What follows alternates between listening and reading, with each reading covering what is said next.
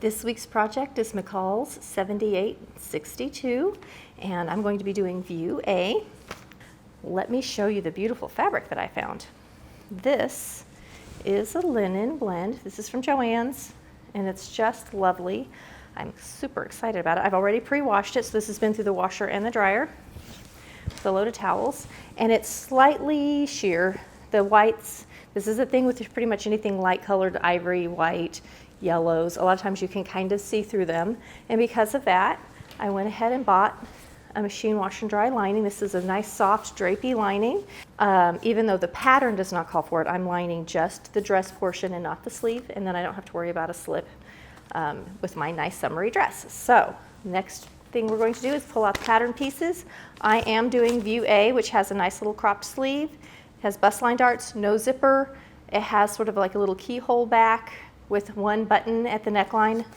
Very fast and easy project. I love these sort of things. I have a feeling this is going to be a staple dress for me.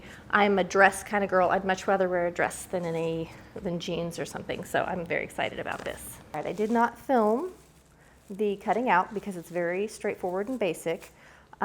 Because I chose to underline this dress, I just cut out the lining fabric again out of my two body parts. But I did choose, because this has a pocket. I love a pocket on a dress. It's the best thing ever, and I tend to add pockets if they're not there. Instead of doing the pocket out of the outer fabric, I chose to do it out of the lining fabric.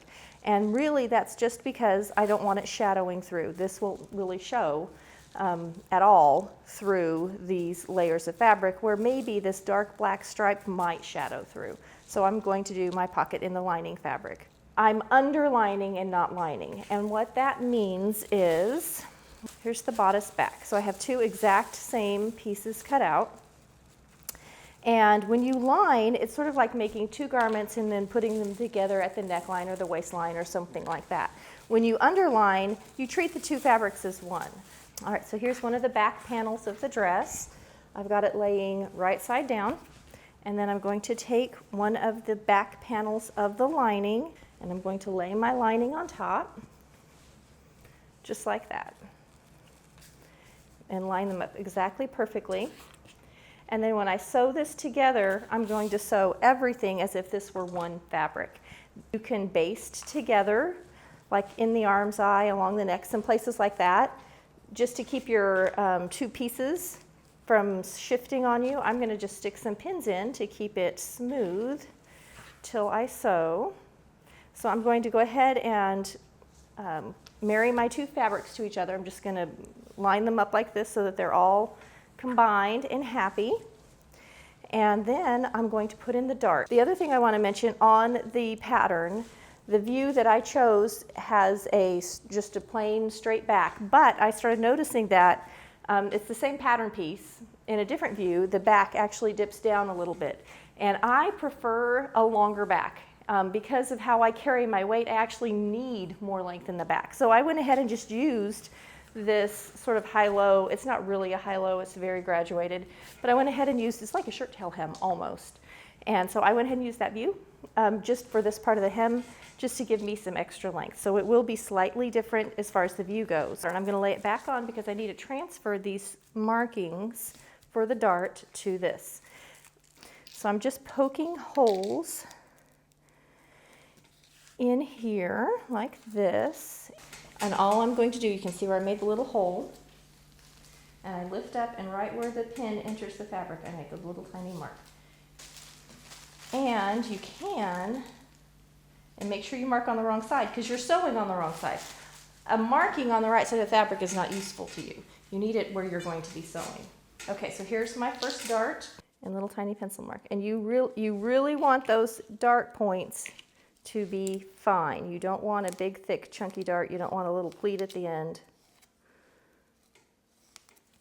Now I'm going to have to really watch when I'm doing my dart here, because these fabrics want to pull apart, and I can end up with the lining having more dart than the outer fabric. So I'm going to have to really pay attention to that. And I actually think I'm going to go through and down the center of this dart, stitch them together first to hold the two pieces together, and then put my dart in. So darts are first. I'm going to go ahead and do the darts in my dress and the darts in the sleeve. I have my sleeve, ready to go, and I'm going to start with this little dart seam at the shoulder. We're just going to fold over on itself like this. Stick a pin in it if you need to. And we're going to just sew a 5/8 inch line. That's it. Make sure before you take your pattern off of your sleeve that you do mark either the front or the back. So this is, I marked my back sleeve with little notches so I can tell the difference. I think I'm going to switch to my straight stitch foot real quick because I like the stability it gives me. All right, there we go. You can see how much more stability it has right around the needle. So we're sewing 5/8 of an inch.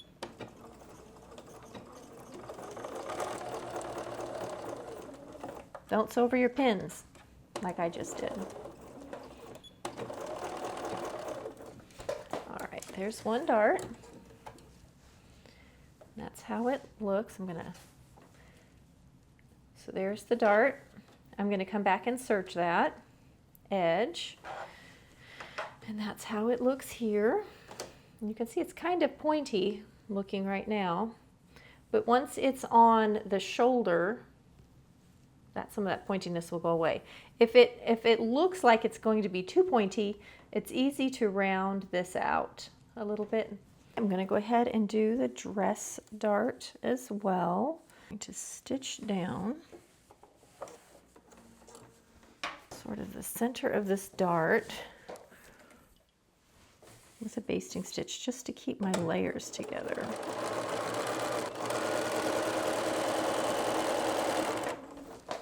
Okay, I didn't go quite to the point of the dart, and I didn't back stitch, so I just have something to hold it together.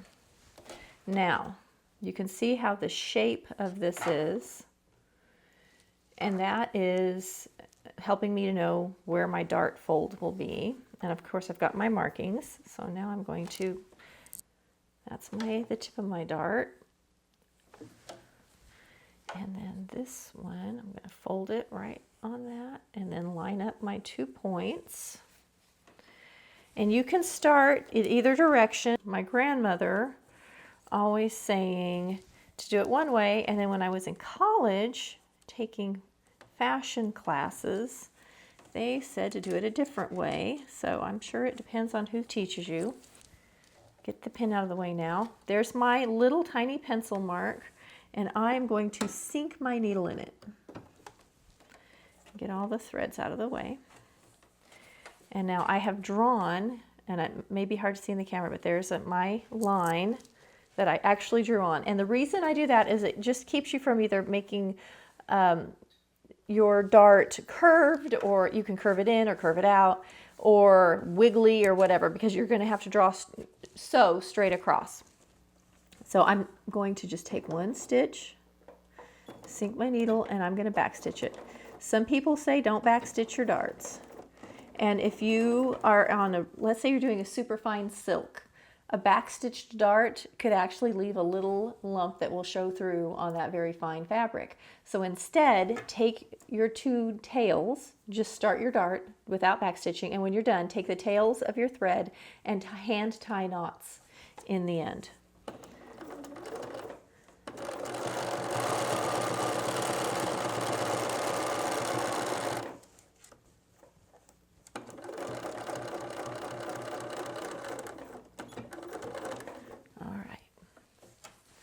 Is my dart. I almost have my lines lined up perfectly. They aren't going to, just because of how the dart lies across them. It would be hard, but you can see how nice and smooth and even, let me turn this off, how nice and smooth and even that dart is at the end. And now I'm going to press it, and when you press darts that are bustline darts on the side seam, they press down. So I'm going to press down that dart, and now I'm going to go do the other dart. Here's where we are so far. Here's my little sleeve. This is what it looks like. I did press it, and on the inside I've got my seam finish. When you press darts or seams like this, you press to the back. So this is the back of my sleeve, and my seam allowance is going that direction. And I also seam finished just the edge. I'm not going to do the rest until it's attached. And then here are the darts of the dress. I'll show you the inside first. I haven't trimmed it yet. And darts, bustline darts like this that are on the side seam will press down. And that matches up pretty nicely. It's hardly noticeable in that. So now I'm ready to actually put together the sleeve. This is a raglan sleeve again. I have this thing for raglan sleeves. If you haven't noticed, I think the last 3 projects have had raglan sleeves, and this one does too. So now I'm going to attach my sleeve here and put the front to the back together at the sleeve. So that's the next step for me. The other thing that I've already accomplished is I've taken my facings and I have fused interfacing to them. So my facings are all fused, and then I'm going to pin sleeves in and sew in the sleeves. Okay, here's the front of the dress. I've stitched in the sleeve, and I'm going to throw this over my shoulder here so you can just sort of see how this is going on. That's how it works. And there you can see the dart and how nicely it lays. This is going to be so cute.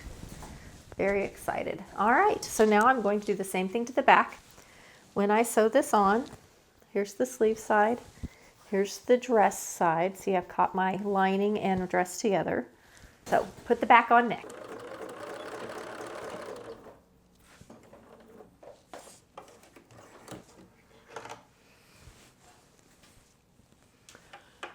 Okay, there's my back sleeve and my front. So now I have, if you look at it here, front, sleeve, and back. I'm going to go ahead and sew my facing parts together. We have a neckline facing. And that's how it's going to. It's open down the back. It has a center back seam with a little opening at the neckline, like this much. So I can go ahead and sew center back to center back together. But before I do, I'm going to go ahead and serge this long edge. So I'm going to go ahead and do a bunch of serging now. I'm going to serge the back just straight down, and I'm going to finish my sleeve, the arm's eye seam allowances really quick, and then I'll be ready to come back to the machine. Right, I have seam finished most of the dress. Here's the sleeve. It's attached front and back. On the inside, how it looks. Put this together on the center back seam really quickly. Center back seam. And it's just open a little bit at the top. The pattern actually has a little marking to say how far to open it. And where I'm going to sew it together. So I'm just going to put a pin there. That's sort of my start spot. And the reason is this is going to open at the neckline to make it larger to put on, to make it easier to put on, because the neckline is fairly fitted and it wouldn't go over your head without a little bit of an opening. So I'm going to always do this on a long seam like this. I always pin where I'm going to start and where I'm going to stop. And then I come back and pin in between a few places. If you start at one end and work to the other, it's very easy to get some movement in your fabric and your 2 pieces may not fit together. So you want to sort of do beginning, end, and middles. So that's where I'm at now. So now I can sew together my center back seam. But while I'm at it and I'm pinning, I'm going to go ahead and pin my side seam. I'm going to go ahead and sew together side seams, both of them, and the center back seam, and I'll show you when I'm done. Guys, I almost forgot the pockets. I finished sewing my center back seam. Ta-da! So I now have a center back in my dress.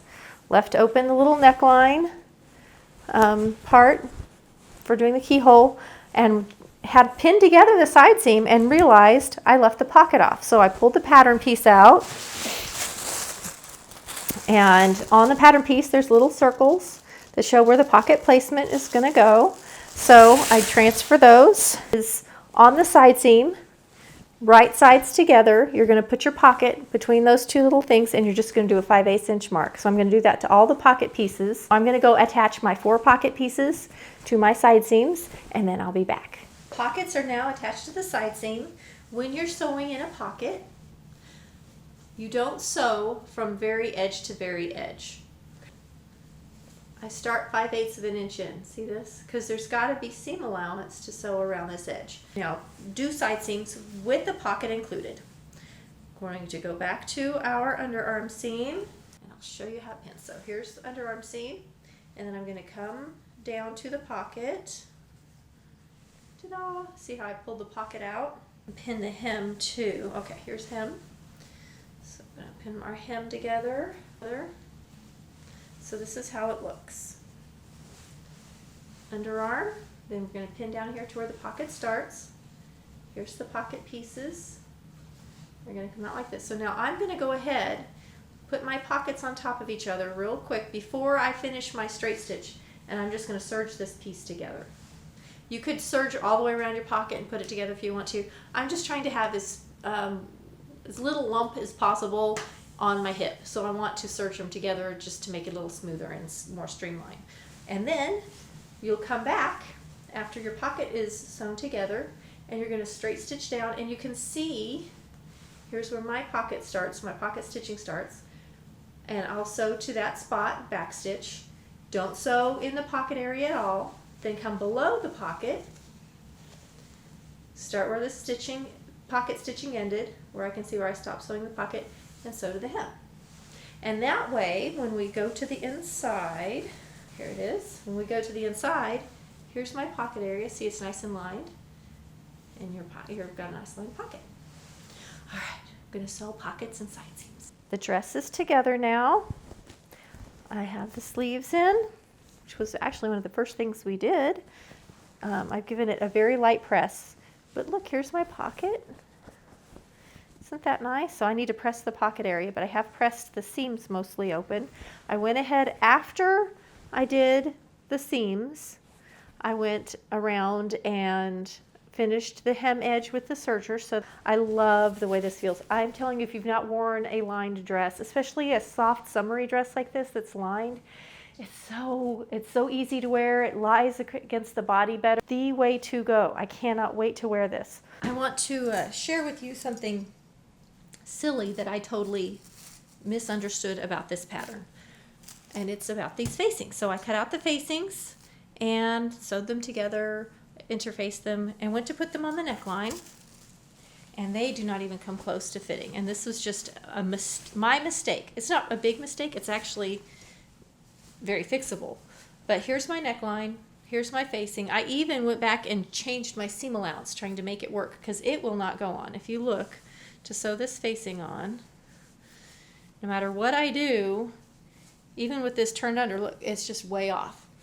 So I got out the pattern, I reread it, I double checked my paper pieces, it did not fit, and then I looked closer because the pattern instructions were a little, I didn't quite get it, and then I realized what I did wrong. I'm supposed to cut double facings. So there are 2 front facings and 4 of these little back facings. This is what they're showing you. You interface one and not the other. You're going to sew them together around this small neckline edge, and then the wider edge gets sewn onto the dress. So if you look at the picture of the dress here, and it's a little hard to see, can you see there's a seam right there that you see? It's not just a faced neck, it's actually like a little yoke. It's a yoke neck, super cute. Super, super cute. So I'm going to cut out my other facing and fix it, and I'll show you that in a minute, but I don't have it done. So I'm letting you know this is a simple mistake that I made, but I love it. I think that's so cute. Here's the other thing that I did. I'm doing this view, but I like the longer back on this one. See this D, how it hangs down a little bit? So on my dress, I went ahead on the back and lengthened it. For this view, they actually have a facing, so this is a faced hem. Instead of a turned hem, it's a faced hem. I altered my pattern, so I widened my pattern, so their facing does not fit my skirt. So when I go to hem this, I have to decide, am I going to remake a facing? I kind of think I might. I have a lined dress, so I could just turn it up and leave it. I haven't made that decision yet. I'm going to work on the neckline facing and come back to it. But I'll go ahead and show you. I did turn up the hem of the sleeve, and I did a pretty narrow little hem. I haven't pressed it yet, but here's my little sleeve. I am loving this pattern so much. I love this sleeve. I looked at the sleeve in the pattern, and it is beautifully done. This is a faced sleeve. It has a little facing on the inside that turns up. Love the pattern making on this one. If you've done pattern making, you can appreciate it. So cute. And they actually give you the directions for even doing this little laced thing right here. I really like this pattern. So I'm going to fix the neckline next, and then we're going to work on the hem, and we'll have a dress. I cut out my second layer of facings, and I did it in the lining because this is going to be on the lining side, and I just think it's going to look nicer. I also don't have to worry about these dark stripe lines shadowing through in these white areas. So the next step in this particular pattern, since this is actually a yoke and not a facing, is we're going to line these up on top of each other, right sides together, and I'm going to sew this inner curve, and we're going to sew 5/8 of an inch down here, and this will be open. This is the part that's going to get sewn onto the dress, and then the lining is going to get whip stitched down from the inside to give a beautiful finished edge. All right, I have my facing sewn together, and I'm starting to pin it on. And before you pin this on, I highly recommend you run a basting line on the 5/8 inch line all the way around the neckline of the dress, because we're going to have to clip into the dress to open it up. Right now we have a convex curve and a concave curve. We have curves going in opposite directions, and we're trying to marry them to each other. And because of that, when you go to put them together, you can see how this one is curving this direction, but the neckline is curving the opposite. So I'm going to make little cuts through here that will open that up and let these come together, let the two curves come together. So let me just show you real quick. Grab my scissors. I'm going to just do a few cuts. So if you look, I have one line already that I did just to stabilize the neckline, and then I went back and did a 5/8 inch line. And I'm going to cut close but not through, like this, along the curve.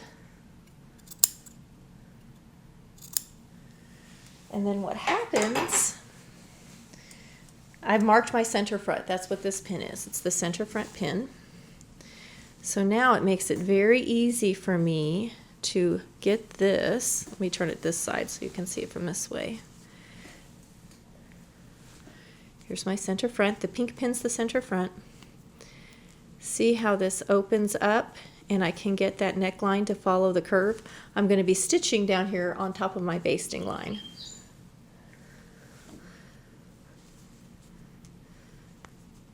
Like so. So I'm just going to keep going around the curve doing this.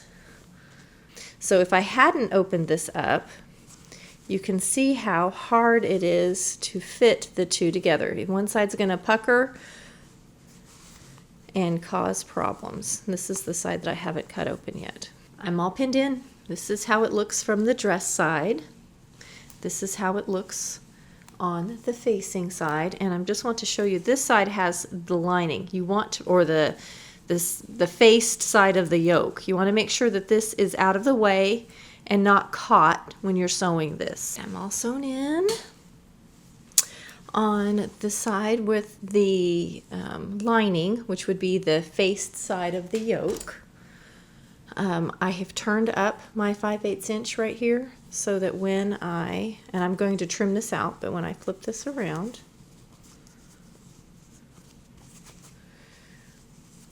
this is what's going to be on the inside.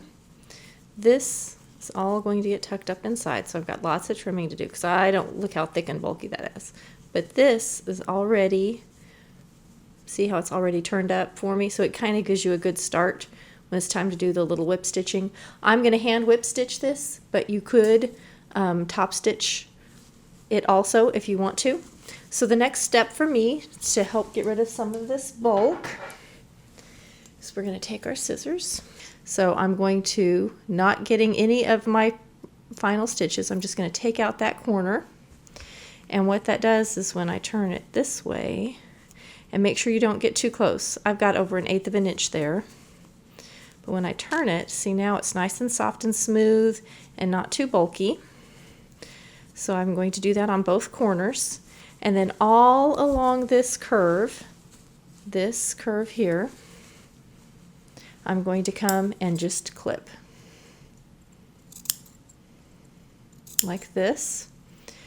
And that's going to allow this curve to open up and turn. So right now that I've done that, when I turn this, see it lays nice and smooth. And I'll be able to press it. On this side, I haven't done it yet, and when I go to turn this, see it doesn't want to. It's got that in the way, and it just won't turn nice. This curve is tighter and smaller than the curve that I'm trying to shape. So I'm going to clip all the way around, and because I didn't realize this yoke was going to show, here's my center front, here's my yoke, and you can't make these line up all the way around, but I kind of wish I had made this line up right here. I kind of have a thing about lining up my patterns, but it may look really cute and fine and quirky and intentional, so I'm going to clip this, flip it around, and cut and quickly cut out of the lining fabric the hem facings. So this is how it looks pinned in, right sides together. And I'm just going to sew around the bottom edge. I think I'm going to make a pretty narrow hem because I want to keep as much length as possible on this dress. So I'm probably going to only sew maybe 3/8 of an inch instead of 5/8 of an inch down here. And then this edge will get pressed up. It's very similar to the neck yoke on the inside, the facing of the yoke. Will get pressed up, it'll get flipped, and then that will get stitched. So mostly what I have left after I do this will be some handwork, and then I have to decide if I want to top stitch down this hem on the other side or if I want to whip stitch it. I kind of think I'm going to top stitch it. There's a lot of hem to go around, so I think I'm going to machine sew the hem, but I will hand whip stitch the inside of the yoke facing. The lining facing is on. This is how it looks currently, just sewn to the bottom of the dress. And now I'm going to do my favorite part, the pressing. And when you're doing a faced hem like this, you want to make sure that you turn it up a little beyond. So instead of meeting right at the edge, I'm actually pulling a tiny bit, just enough so that less than 1/8 of an inch, just so that a little bit of the front of the fabric pulls to the back, and that just keeps you from having, like, your slip won't show. That's what it's really, you don't want your slip to show. You don't want your facing to show. So I'm going to turn this up and press it. Now I'm working with a natural fiber and a synthetic fiber together. So normally with linen, turn my iron up a little bit. Normally with linen, I iron pretty hot, but this is a polyester lining, so you don't want to iron as hot because synthetics melt. So I'm going to press this up all the way around, and I'm also going to turn under and press that down. And then this will be what gets stitched. I am going to top stitch it. I'm just going to top stitch all the way around. So I want to make sure that I'm nice and even with my pressing. And one of the ways to do that is to just use a hem ruler or something similar that you can make sure you're turning to the right. And I'm going to do this at, looks like 1.5 inches is for me. Now I did not sew a full 5/8 inch seam allowance on the bottom. I did 3/8 so that I would have a little bit longer hem, gave myself a little bit more. And then I'm going to turn under about 1/4 inch at the top. And then when I top stitch it, let's say this is 1.5 inches deep, I'm going to top stitch like at 1 3/8 inches, something like that. So I know I'm catching this close to the edge, but not quite, so I don't have to worry about accidentally running off or missing it, and I can keep my hem nice and straight. So I'm just gonna press away. I am hemmed. So let's look at the hem real quick. This is how it looks from the right side, and this is how it looks on the wrong side. And you can just see how nicely. That completely encloses that hem. That's just beautiful. I do love a good faced hem. That's actually a fun way to do things. I like faced hems for interior things too, like if you're making bed skirts and curtains and things. There's a lot of ways you can use a faced hem. So hem's done, looks great. I'm completely done with this except for back up here on my little neckline.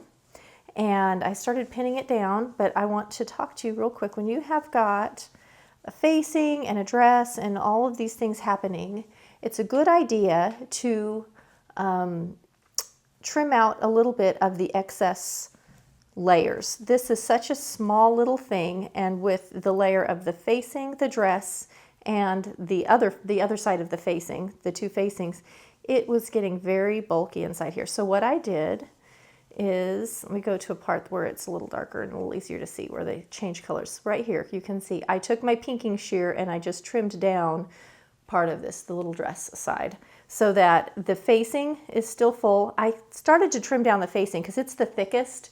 I kind of went back and forth. If you have really heavy fabric, let's say you made this out of a denim, what you would want to do is the back layer, the one that's closest to the outside, would be longest. The middle layer, which would be this dress, would be shorter. And then you have your facing that you're turning under. Now, depending on how you're doing the facing, this one's going to be turned in and stitched. I need my seam allowance to be long enough to get in there. But if you have something where you have multiple layers, you actually can graduate them down. So you have like small, medium, and large. So this is how I handled it. It did take some of the bulk out. And now I can just flip this under and pin. And I'm pinning, here's my stitching line. And I'm pinning really close to that stitching line, and I'm just going to whip stitch along there to finish this off. So I'm going to get this pinned and whip stitched, and then all that's left is adding my hooks and eyes and a good ironing. And I'm going to show you the completed dress. But I'm ready to start whip stitching, and I pinned that much just because there's so many layers and it's very, very, very curvy. Here's how it looks on the outside right now. All right. Yay for whip stitching.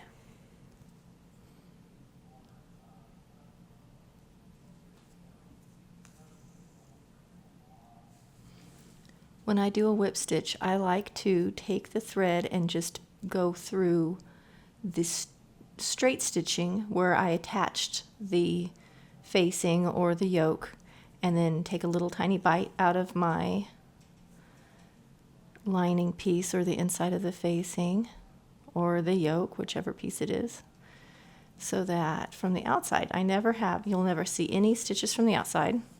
It's perfectly smooth. And then from the inside, it's there, but it's not very noticeable. I have a completed dress. Here's the inside of the neck facing, the hooks and eyes that I just hand stitched on. So I am very thrilled with this cute little dress.